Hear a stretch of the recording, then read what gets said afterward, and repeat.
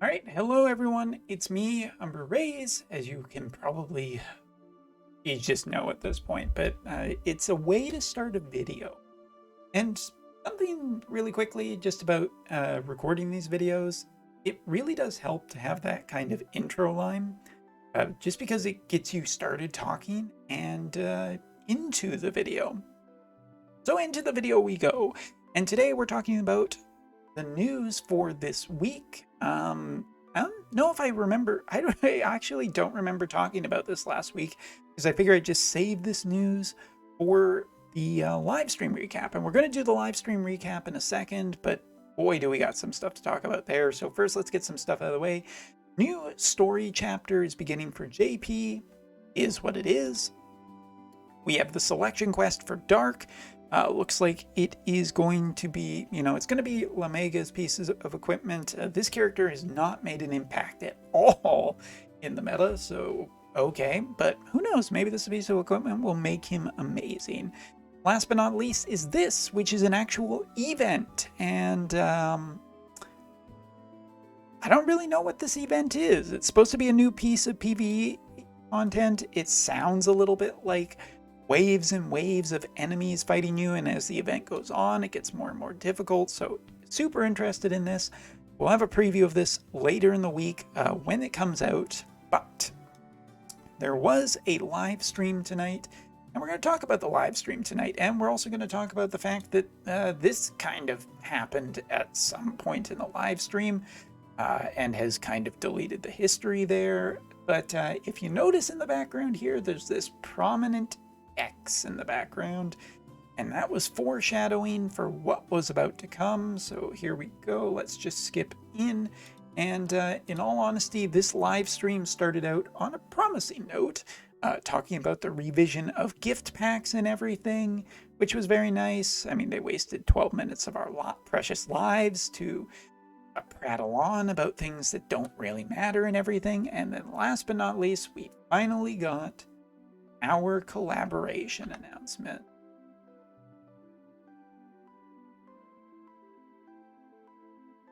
Oh my god, it's Final Fantasy X again. It's that collaboration. That is the worst use of the word ano or that I've ever seen in Japanese. Because when they said that, I think most people thought it was going to be Final Fantasy Tactics. And it's not. So yeah, we are ending up getting Final Fantasy X again, and I'm just going to cut right to the chase. There's no new characters whatsoever. There is no Jet, no Riku, no Lulu, no nothing. And there is no possibility of any new characters being announced.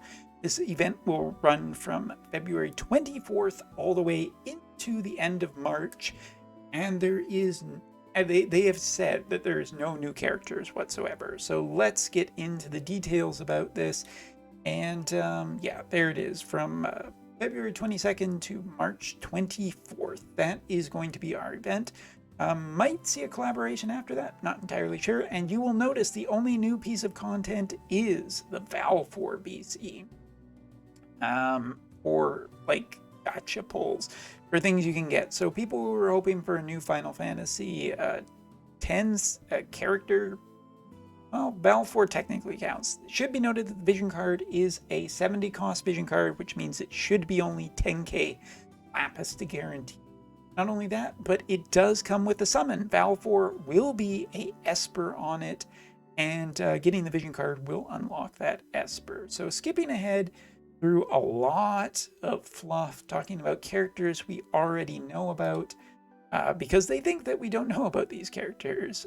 Let's get into the actual new stuff. Each of the characters will get a Master Ability 2, and these Master Ability 2s, I mean, they look alright. If we flip over to here really quickly and just check on here, we can also get a summary of what it's going to be.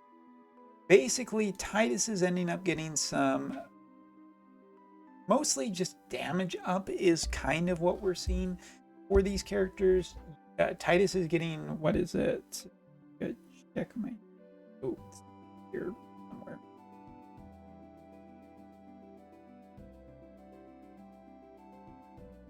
I scrolled way too far. Darn it. Yuna is getting light ability attack up, which is good. That is something that she needed. And she's getting casting time down, which is kind of mediocre if we're going to be really honest and take a look at this, because Yuna's casting time was not overly a problem. The only thing that where it kind of helps is with very few abilities. So I'm going to say that generally it's a good thing that she was the strongest and the most valuable of the three, because otherwise I'd be a little more than just a little disappointed in this one. As for Auron be whacking people harder with stick. 30 slash penetration, and his limit burst is apparently also going to give a barrier now. Looks like the barrier is a 3, will take 3 attacks. I assume it's a general barrier, but I may have missed it. And last but not least, sorry, Titus is very much the same. 32 slash resistance penetration, and last but not least, slash and missile resistance plus 10. So overall, okay master abilities, not as amazing as we've seen some other ones recently where, like, you know, Ayaka gets 2 limit bursts or something like that. This feels just okay, but the characters aren't necessarily that old, so maybe they just don't need that big of an increase. Honestly, I'm fine with it. I'm fine. It's fine. This is all fine. If you have the characters, good. If not, it is what it is. All right, skipping ahead a bit. The Val 4 VC. Val 4 VC is going to be a light elemental focus VC, so we can pretty much assume that it's going to be Eunice Esper.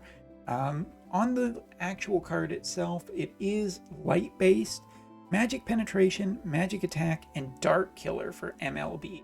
So MLB will give you that extra bit of dark killer, and the entire party, provided that they are magic users, will get, you know, magic resistance penetration and magic attack up, which is really, really good. As for the self, magic up and AoE resistance. So good for the light element, which I'm sure that there are some globalers who will not stop talking about Elena, who will be very happy to see this vision card, or maybe very angry to see this vision card. Alright, globalers, do take note about what I am about to say next, which is the fact that JP is getting free Titus again. So if you log into the event on the JP side, you will get a free pull, either guaranteeing you Titus, or if not for Titus, if you already have Titus, you will get 100 free character shards of him. So great for everybody who did not max him. For anyone who has, yes, it's 100 free Final Fantasy X orbs. But there you go. As for returning events, we will see the old farms just return to the game. As you can see, Auron's sword, Eunice Broad, Titus is... Oh, skip. Just hit the button a bunch and skip talking about Titus. Next up, Guild Raid will be happening for Final Fantasy X. As you can see, there are a bunch of Final Fantasy X bosses that will be here. Balfour, Unalesca, the Machina, I can't remember what that enemy is called in the actual game, and it looks like the Dark Flan as well will all be bosses in this event. However, there will also be a Trial of Reckoning where you will be working to get Auron's sunglasses.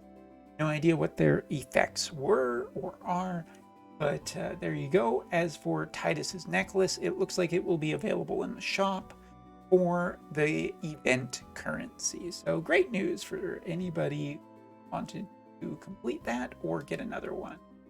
Continuing on, as for logins, the old vision card will be a gift, as well as 40 of each of the character shards, 3 blossoms for logging in, a couple of tickets by the looks of it, and 40 Final Fantasy 10 orbs. Not bad logins, but it's only for 1 week, and the event lasts the entire month. Brotherhood will be obtainable once again, so good news for anybody who missed that. And there will be a bunch of campaigns going out throughout the month for triple drops and double drops, including hard quests. So good news for everybody on that one.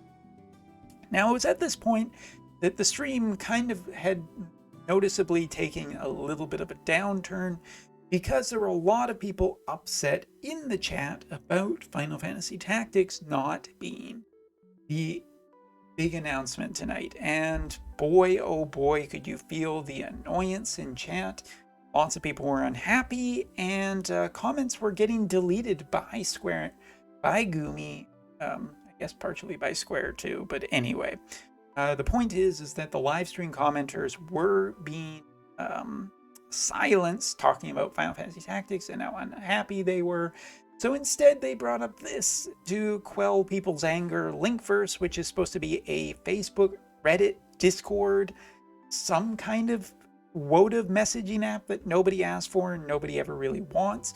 But hey, if you can send pictures through the app, globalers, maybe you can send feet pics in the future. I don't know why this exists. I don't know what this is for. I don't know who asked for this. And we already have Discord and Reddit. We don't fucking need this. All right, continuing on. This was a giant waste of time, but this is the really, really, really, really, really funny part. And by funny, I mean embarrassing, was the fact that there were supposed to be the beginning of the Season 2 Wotv official tournament. It was supposed to start tonight, and they just canceled it. As far as I know, that these were mostly pre-recorded. Some of these have been pre-recorded in the past, I think, but I think they were trying to do them more live, and they just didn't do it tonight.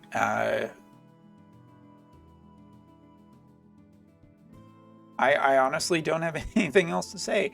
They then went into talking about quality of life improvements for the game, and we've talked about these before. Basically, for this month, talking about the job point storing and repairing certain things in the games and whatnot. The stuff we already know, while also talking about the stuff that we've heard about 100 times before, such as match changes, paid stone repair, Linkverse, and the number of parties up. We've been hearing about this for 6 months, or feels like. So there it is again. That was basically it for the live stream. They didn't talk about the new event coming this week. They didn't talk about an Ildira VC. They didn't talk about anything. As a matter of fact, this goes on record as being basically the shortest live stream I think we've ever seen, because it was only 1 hour. They skipped a bunch of stuff and just kind of pieced out, and then turned off the comments and deleted some comments.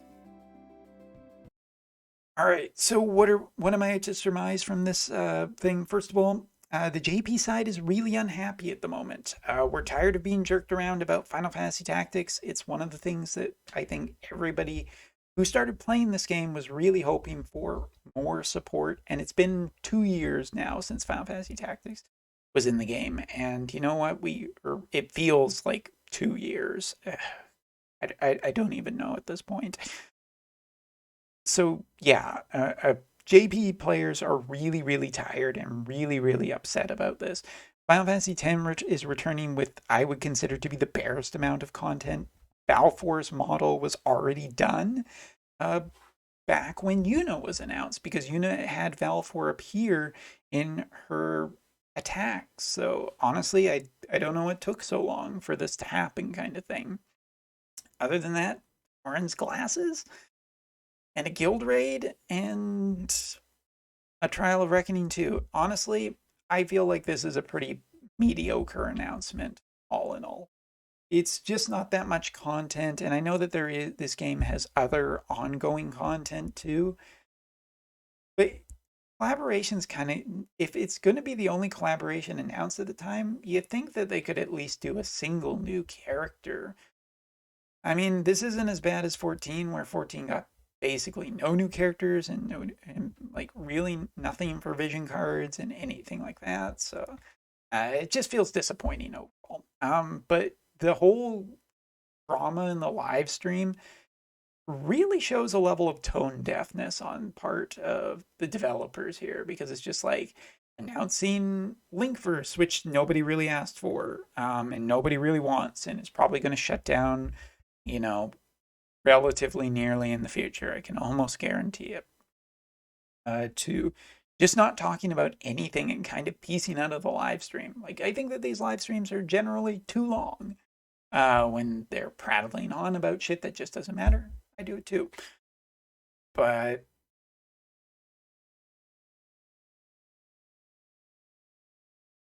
I don't know on this one. This just, I'm not really overly happy at the end of this. I guess people are going to say, well, it's time for free to players to save up biz. Okay, but we don't need to get every character, but it would be nice if this game didn't feel like it was constantly struggling trying to get content out to do with collaborations. I get asked sometimes, Umber, do you think that, okay, Yuna, Jet, Lulu, all of these characters in the future, and I'm just like, look, if Final Fantasy VIII ever gets announced and we get Squall, Renoa, and at best one other character, maybe Cypher as a boss. Cypher is the only character we're going to see somewhere between 6 to 2 years later. It is pathetically slow how slow this is.